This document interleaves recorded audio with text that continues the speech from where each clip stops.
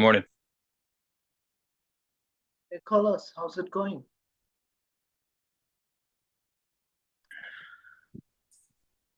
Hello. Hey there. Hello, can you hear me? Yeah, now you are audible, I guess. Yes. Cool.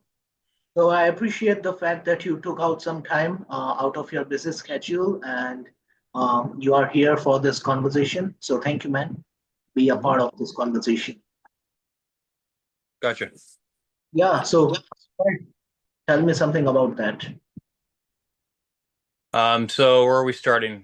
What kind of questions are you wanting to know? In general, man, we're gonna play it by ear. There's nothing like deep questions that I'm gonna ask you. Just real normal life to day to life conversations.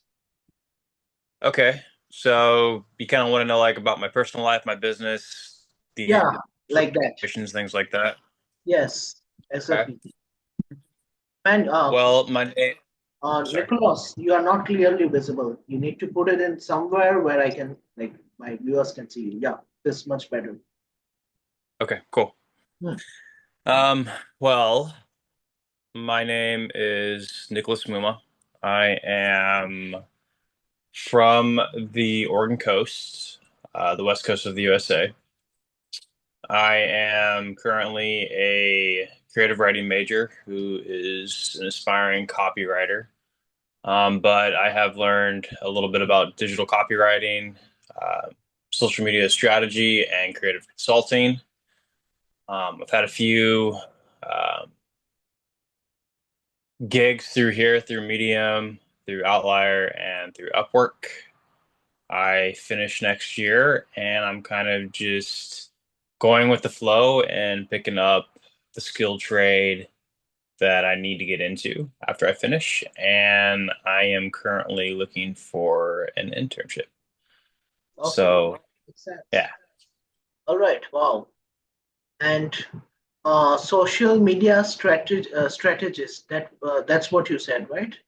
Yeah, so what a social media strategist or strategist inclines to is like just creating content, managing content, engaging with communities, meaning with the client's community, and then just tracking demographics like views, followers, um, what's it? Views, followers, creating SEO keywords, Hmm. hashtags to be able to put it through the search engine so people get to it, etc. Okay, makes sense. So as I'm a YouTuber, as we talked on LinkedIn and all, like as I'm a YouTuber and like I have 1K subscribers on my YouTube channel. So now I want to feel like I want to, make it. I want to increase it. So if I hire a social strategist like you would. It's gonna be your job. How my YouTube channel be more relative and people can it can reach to more people. Okay. That's the job of yours, right? If I hire you. Yeah, that's basically what I do, yes. So basically what happens is you kind of give me like a downplay, low key of like what you do and what kind of content that you create. And then I kind of look at your numbers and see where you need work at kind of thing, or I can give you pointers to like match it. But I've only been doing it for a few months here and there, so I'm still learning myself. I've been expanding my expertise in like content marketing, digital marketing, and SEO optimization. And I'm taking certifications right now through HubSpot Academy for free. Okay, Uh, yes, great. once that, yeah. Nice, nice. And what's the role of LinkedIn and reaching out to, people like as we met on LinkedIn on how do you feel about its impact in your life? I think expanding your professional network is important. Um, you reach out, you ask, not necessarily for favors. For me personally, I've been asking for pointers on like how to become not just a better freelancer, but also a better writer. Hmm. If it's to create like social media accounts like on Facebook, Instagram, Twitter, X, YouTube. Mainly, I've been getting Instagram lately because of my faith base with God and whatnot, with Jesus and the Holy Spirit. So for me, creating like static posts or reels or carousels of like 5 to 7 slides has really been helping me. And it helps me to engage and to write. So kind of like you do like a series post, like, like it can be retrospective, it can be introspective, it can be in a niche like tech, healthcare, finance. It can be honestly anything that you want to do. You just have to know how to. I mean, you're an English major, correct? Yeah, I'm So in you the know, yes, I'm an English teacher. so you know exactly what I'm talking about, like your Yeah. arcs and whatnot, your stories. Your middles, your beginnings, your ends, whatnot. I'm still learning all that stuff right now. But for me, it's not. I'm trying to do a campaign launch and build my business to get my name out there. But right now, I have learned through a couple of my mentors who have helped me, don't focus too much on your income, Mhm. since passive side is like try to focus engaging and trying to build a network, trying to build a follow, trying to build a lead. Because if you can do that and they trust you, then they said, like you can do clock in, clock out type stuff. You can do cold emails, you can like how you professional network and whatnot. The other good way they told me to is also hit the pavement, meaning like do some hard landscaping, like go into small businesses, present them with like a resume, a cover letter, a business card of like what you do professionally, what you provide, and whatnot.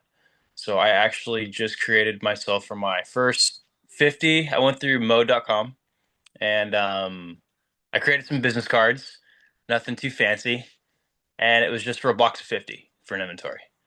So it's interesting, and I've worked at a couple places where I've handled their social media accounts, just like one timers and whatnot. Uh, pretty cool. But they didn't fall through because they wanted me to do it for free, and I'm like, well, my creativity is worth time, and they're like, well, it's just taking pictures of food and whatnot, and this and crap, and I'm like, okay, that's fine, but I'm going to school for this. This is going to be my trade. This is going to be my livelihood. I I am not willing to do it for free. So I had to step back. I had to reevaluate, and I've learned that the freelance market can be quite humbling, but it can also be quite cruel at the same time. Mhm. That's true. That's true.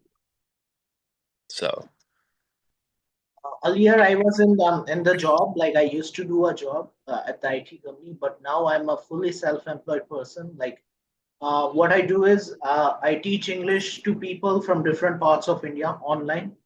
okay, I take one-on-one classes and all. So sometimes, it's really daunting to find new clients. It's really challenging. So that's why I thought that now it's the time to do something out of the box to reach out to people to make more content on YouTube, so it gets, relevant. It reaches to a lot of people. So now I guess I get most of my clients from my YouTube. really, Yeah. Yes. okay, okay. Yeah. So how do you?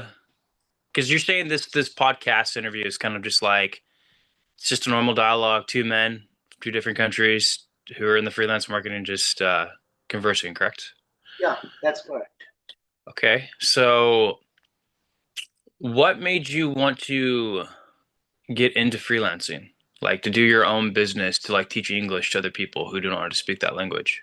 Look, English is a big deal. It's a gigantic deal in India, and if you are fluent in English, people would definitely come to you and they want to learn it. So I've been doing it for like 7 to 8 years. Prior to COVID, I used to teach offline, and after the onset of COVID, I started teaching online. So because of that, there was this trajectory that changed, the way of teaching. And I did my bachelor's, master's in English. So since my childhood, I was always fascinated by this thing. And I also teach yoga. I take class of yoga early in the morning. I have to wake up at 5:30. I take my class. Ooh. Brutal. Keep going. I'm liking it. So that's what I do for my physical, benefits. And English is for like bread and butter primarily. Okay.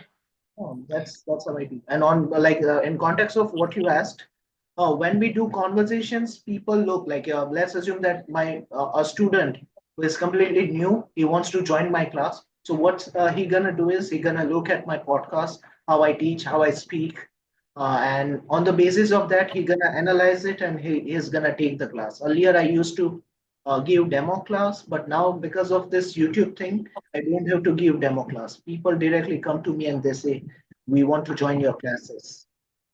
So you have a view. So is your following, if it's okay, I know this is a little bit more personal on your demographic side. I'm not asking for a contract or anything. I'm just kind of curious for my own personal reference for future. Is your following 10,000 or 100,000? Come again? So you're following, like, is it 10.1K On or is YouTube? it, YouTube. yeah, on your Uh, YouTube? Or is it it's more than 1K. It's not even 10,000, but it's hopefully it's gonna reach to 10,000 as well. But as of now, one? it's 1K, 1K, more than 1,000 people. You know, 1,000 followers though, those are subscribers, and that's ching ching in your pocket at some point. You know what I mean? Yeah. Because there's a monetization type thing that YouTube does too. I do it through Instagram and Medium and whatnot too. So, and I also noticed that you're out on Medium as well.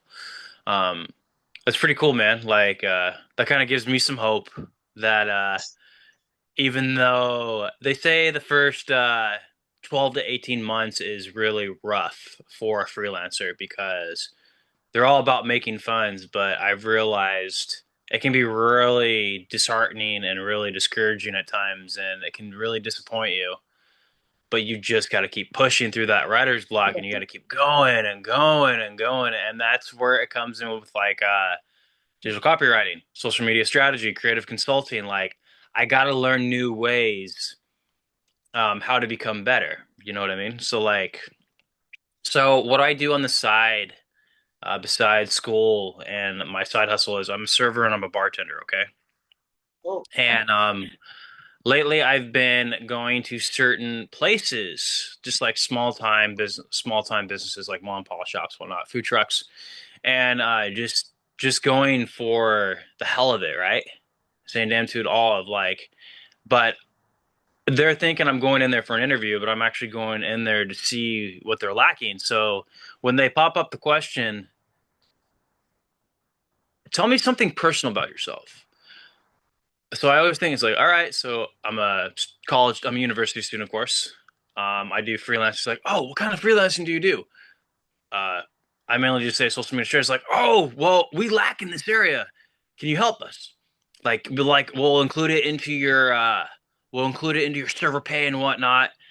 But then small time business owners have things like, what can I get out of you to sharpen the skill of my business for you? But then I always have to remember is like when I first started doing it, I was like, all right, I'm gonna just do it, right? But the more that I did it, the more that they wanted. And I realized distinguish I have to keep the two separate. Like my establishment employment is differs from my actual freelance operation.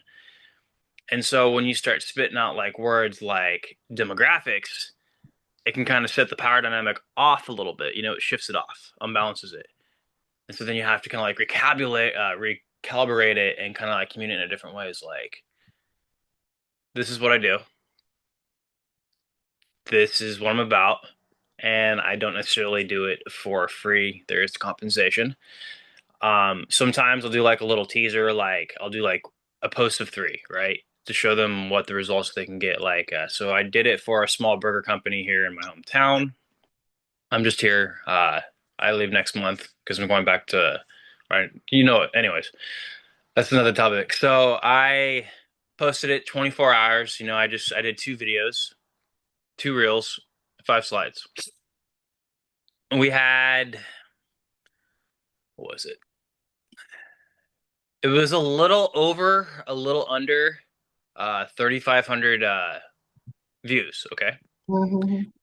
And then we had 70% organic feed growth, like no ads, no promotional tools, nothing. And my goal was to engage with the demographics of gaining the attraction of non followers. Okay. Because followers are awesome.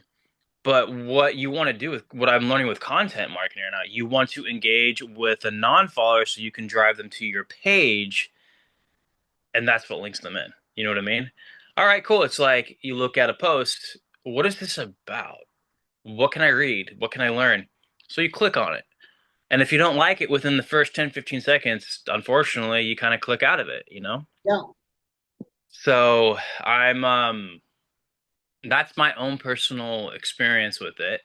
I can't say it until that I'm a top-notch content creator or content writer or digital marketing strategist or social media strategist. I can't tell you that because honestly, I'm still learning myself, and this little flow of just teaching, that's kind of like my own little internship if I don't get one. You know what I mean? So I'm kind of teaching myself my trade and the hard skills of that trade to become better.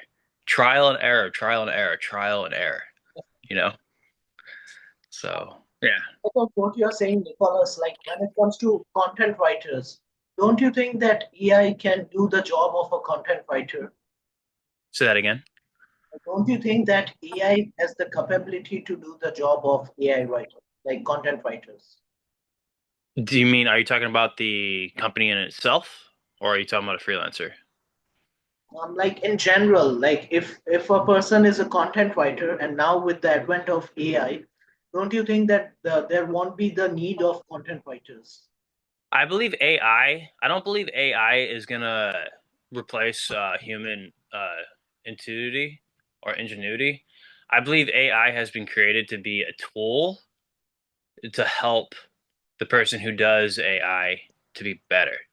Like AI, like you can use AI to completely do the work for you, or you can use AI. For me personally, like I think if you use AI too much, I mean I do use AI and stuff, like for brainstorm prompts, whatnot, to get over the writer's block. But I believe AI is meant to help you and teach you, but I don't believe it to be able to do all the work for you. You know what I mean? Because Because if you rely on the system to do all the automated system to do all the work for you, you're not really learning. You're learning how to uh, work around the system and make it better, and and not get detected by AI trackers, you know, like Turnet and whatnot, and ChatGPT zero and Cloud and whatever it may be, right? All right, Kickrai, whatever it may be, whatever my professors use nowadays. But like, so I go to a school called Full Sail University. Okay, it's a tech school. Okay, and they have encouraged us to use AI in our assignments, right? To brainstorm and whatnot. But they have what is the word? They have made a procedure, a regulation that you can't use AI to do your assignments for you. oh, okay, It has to be in a partnership. And if you want to use AI it's to use your obligatory. partnerships, you have to give APA references and whatnot and MIP references, you Wow. know, to let Because them know where's the information coming from, how are you doing it? Is it your information that you made? Is it someone else's information? Are you breaking copyright laws? This and whatnot. And I'm like, okay. So my first 2 years of college, I knew about AI, but I never used it, right?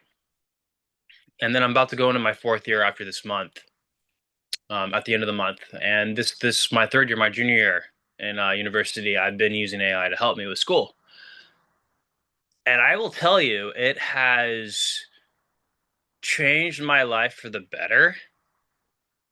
And in the sense, it has made things easier. It has taken a lot of stress off,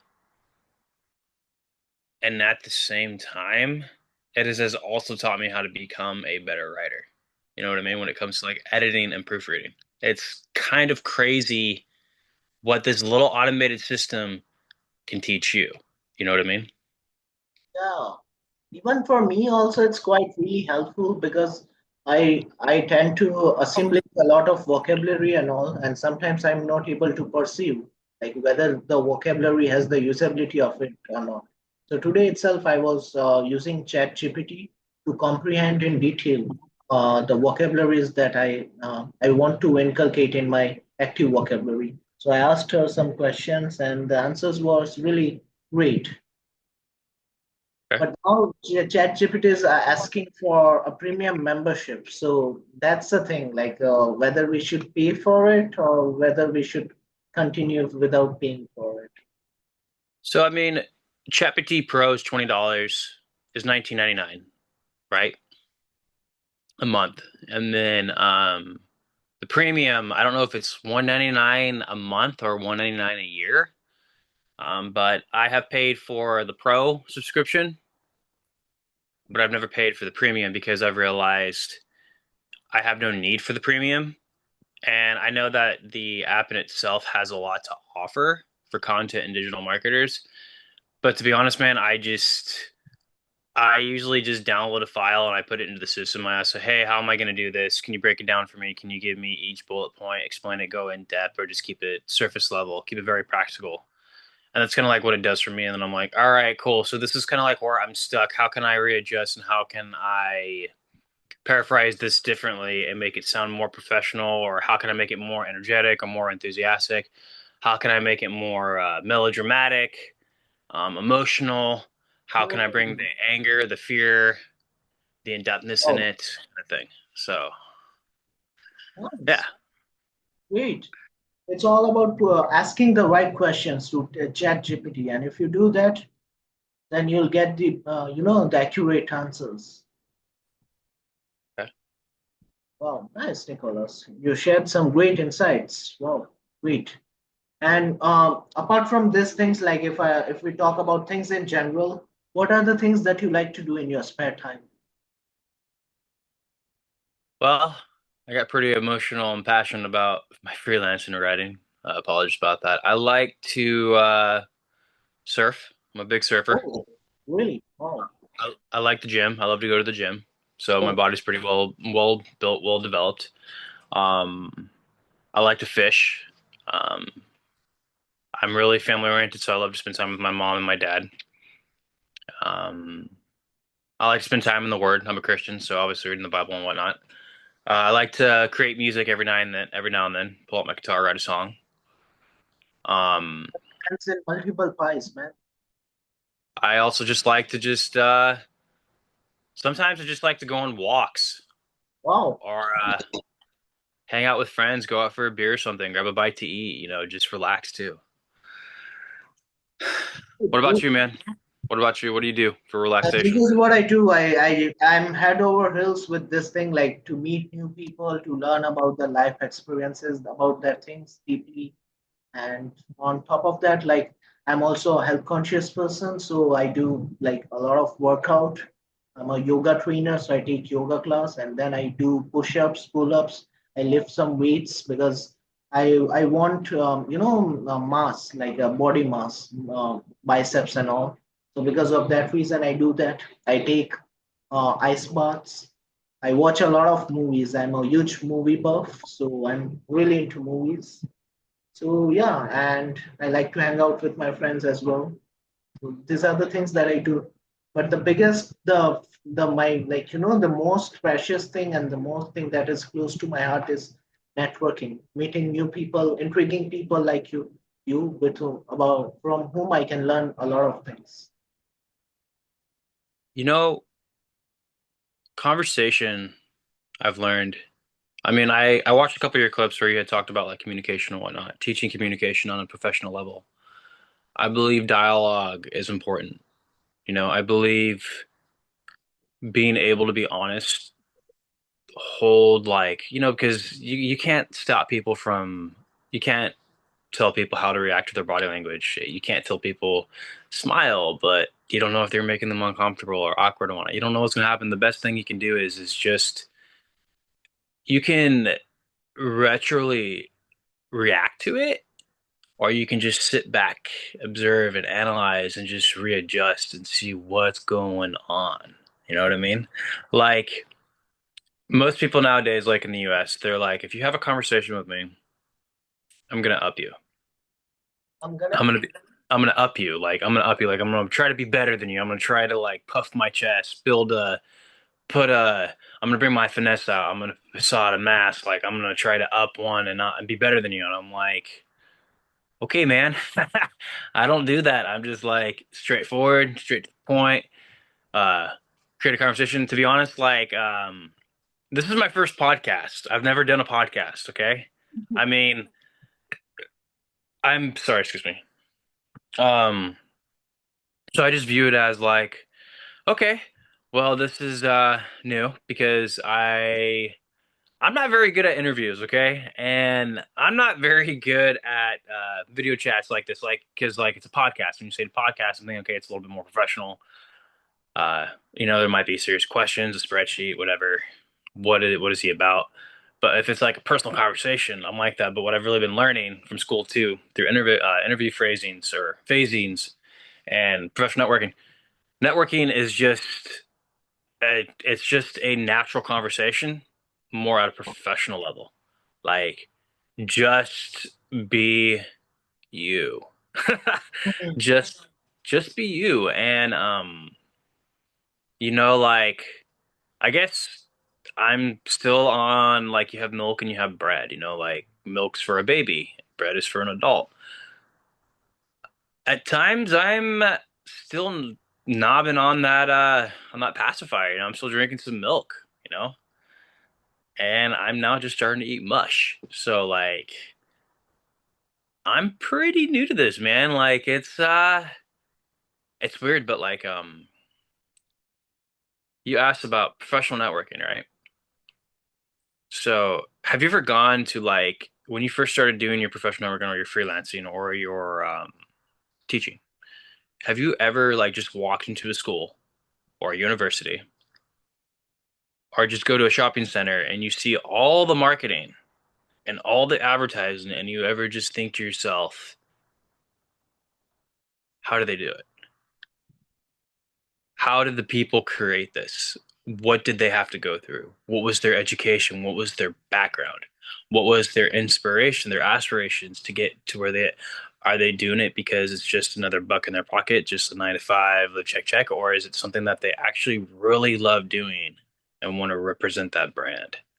You know, Yeah, makes that's sense. creative consulting right there. Representing a brand, making it better. So, yeah. Recently, Nicholas, I watched a reel and that an old guy was saying that it really it was really profound that work hard in your job, but on top of that, work hard on yourself. What do you mean? Essentially, um, I guess what like I again repeat the what he said. Work hard in your job, like whatever your job you are doing, work hard in it. But on top of that, it's really crucial that you work hard on yourself because that man said that when we work hard in our jobs, it's good thing. But if you truly want to, move out or you want to get out of your comfort zone, you have to work hard on yourself. That's true. Yeah. So that was his that quote that really stayed with me. Fear. Fear will either drive you or hinder you. Mm, Fear can either make you or break you. yeah. True. I know what you mean, man. That was good. Yeah. That's good. And Here, sorry.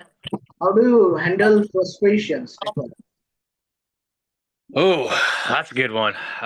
Professional or personal?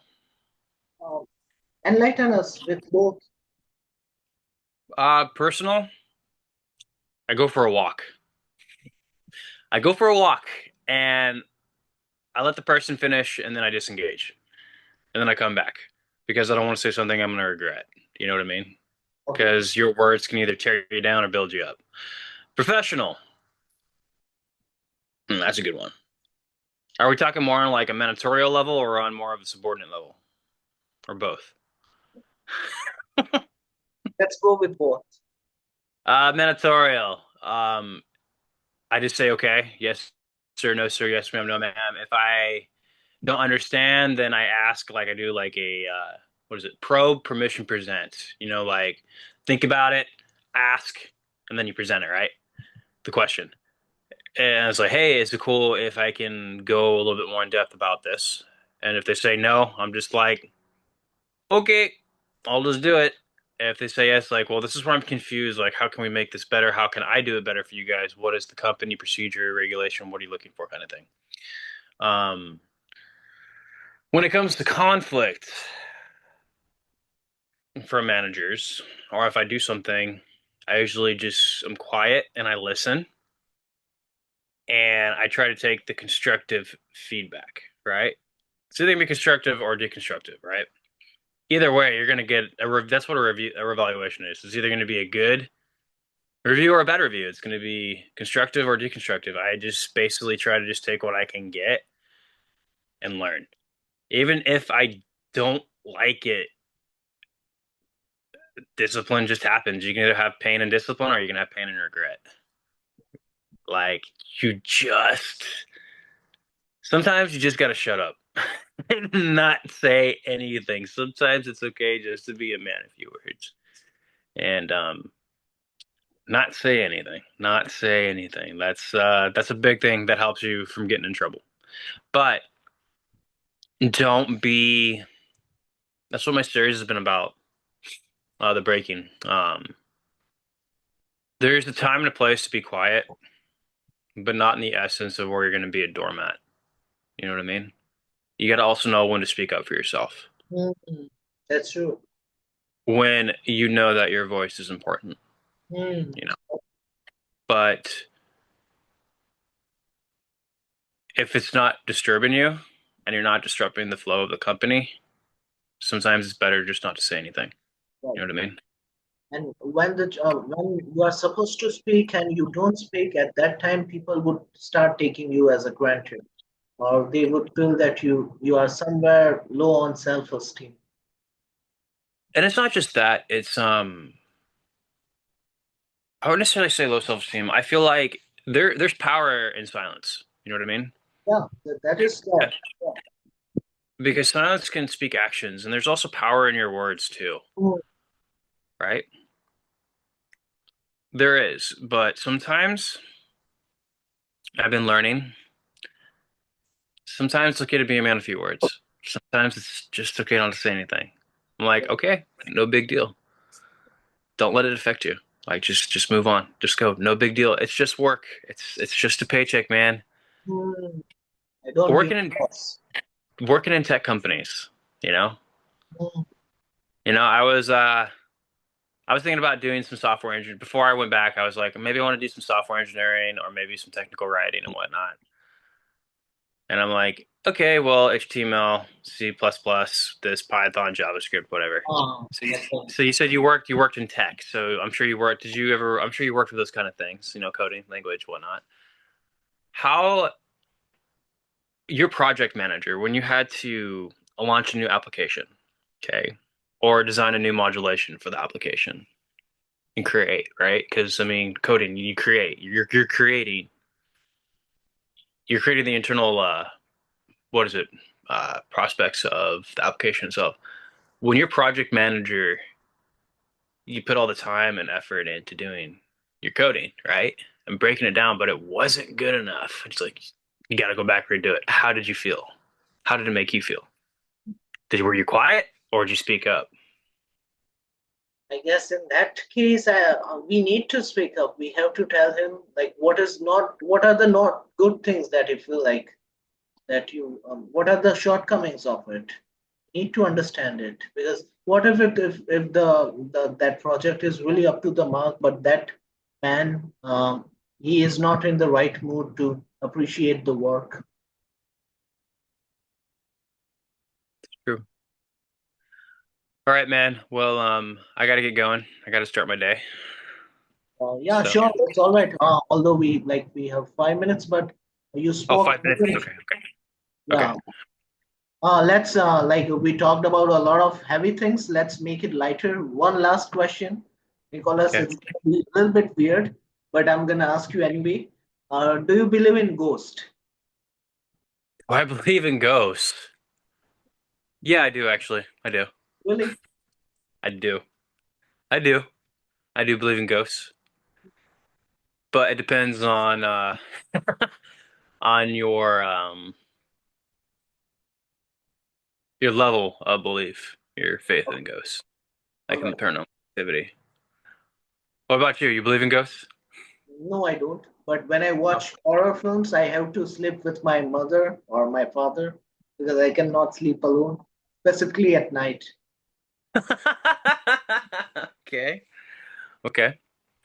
And what Well, about movies, Nicholas? Do you ever watch movies?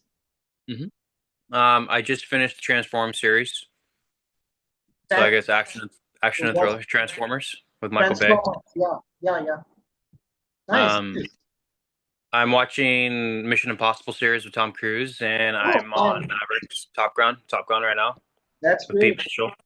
I'm a devotee of him, Tom Cruise. I have this big poster in my room. I'll share it with you later.